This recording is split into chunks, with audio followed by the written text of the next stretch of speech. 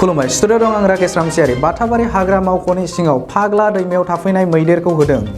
बाक्सा जिल्लानि बाथाबारि हाग्रा मावख'नि सिङाव थानाय तालकुसि फाग्ला दैमायाव थांनाय गोबाव समनिफ्रायनो हाग्रानि मैदेरा जायगा लानानै थाफैना गोबां माइ आबाद न' बां सिलिंखार खालामबाय आरो सासे सुबुंनि जिउ फोजोबनायाव मैदेरनि फालोखौ दिनै हाग्रा बिफाना माहारियारि मानास हाग्रा बिफाननिफ्राय मानै फिसिनाय मैदेरखौ लानानै साहा भारत सिमना ओनसोलाव हाग्रा फारसे होहरो।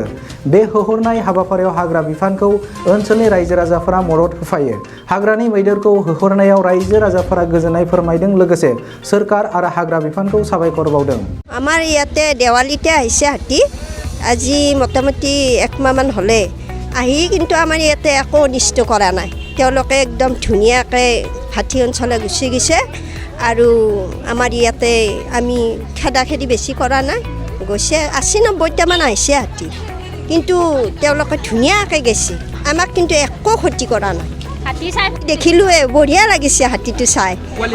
পোৱালি দুজনী আছে আমি দুজনী দেখিছোঁ আৰু বেছি দেখা নাই কিন্তু আজি হাতীটো কিন্তু আমি যোৱাত চাই আজি কমকৈ দেখিলোঁ কিন্তু আমি যোৱাতে কিন্তু বহুত দেখিছিলোঁ হাতী।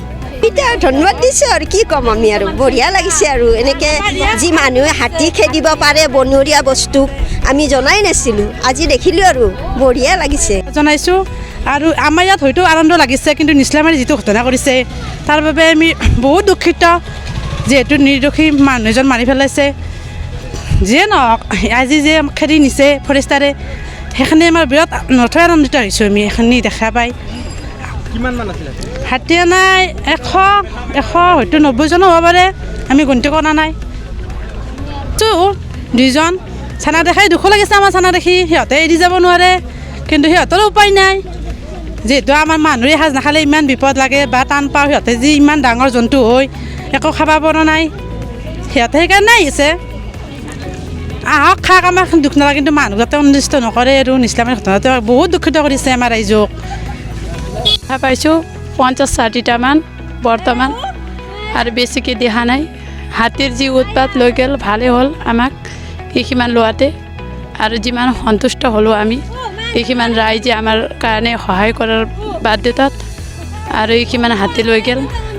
আজিলৈকে আমি যি অশান্তিত বৈ আছিলোঁ আৰু এতিয়া অলপ শান্তি হোৱা যেন হ'ল আমাক বৰ্তমান ভৱিষ্যতত ইমান আমাৰ কাৰণে চৰকাৰে সহায় কৰলাক। আমাৰ অঞ্চলত হাতী অহা দুৰ্গা পূজাৰ আগে আহিছিল আৰু দুৰ্গা পূজাৰ পৰা আমাৰ ইমান কি শান্তিটো নাই টোপনিও ক্ষতি হ'ল আৰু যি পথাৰত ধান পকি আছিল এইটো ধান ঘৰত অনাৰ কাৰণে আমাৰ বহুত অশান্তি হৈ আছিল।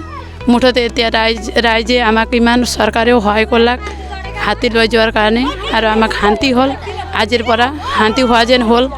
আজি কিমান আছে বা নাই আৰু গোটাই গেল এইটোতো কাই দেখা পোৱা নাই এতিয়ালৈকে আৰু আজিৰ পৰা অলপ টোপনি অহা যেন হ'ব আৰু বেছিকৈতো আৰু ইমান শান্তিটো হোৱা নাই আৰু চব যোৱাৰ যেনতো আমাক ইমান সন্তুষ্টতো আমি নাই আৰু অলপ ভাল হ'ল। কিছুদিনৰ পৰা আমি হাতী খেদি হাইৰাণ হৈ গৈছোঁ। হাতী ঘৰচীয়া হাতী পোৱা নাছিলোঁ মানসৰ পৰা 2টা হাতী আনি পেলাই আজি মানে আমি পাহাৰৰ ফালে খেদিবলৈ আমি সক্ষম হৈছোঁ আজি। হাতীটো মেইনলি জাৰতালুক আপোনাৰ হলাৰ পৰা এইখিনিতে আছিলে হাতীখিনি 60-70টামান হ'ব জাকটোত। এতিয়া মোটামুটি আজি 20 দিন নহয় 1 মাহ মানেই হ'ল 1 মাহমান ধৰি আমি খেদিব পৰা সক্ষম হোৱা নাছিলোঁ। তাৰমানে আজি হাতী আনি পেলাই বহুতখিনি হেৰি কৰিলোঁ পাহাৰ ফালে আমি মানসৰ পৰা আনিছোঁ 2টা হাতী। পৰিৱেশ এটা সৃষ্টি হৈছিল আজি কিছু অৱসান ঘটিল আৰু।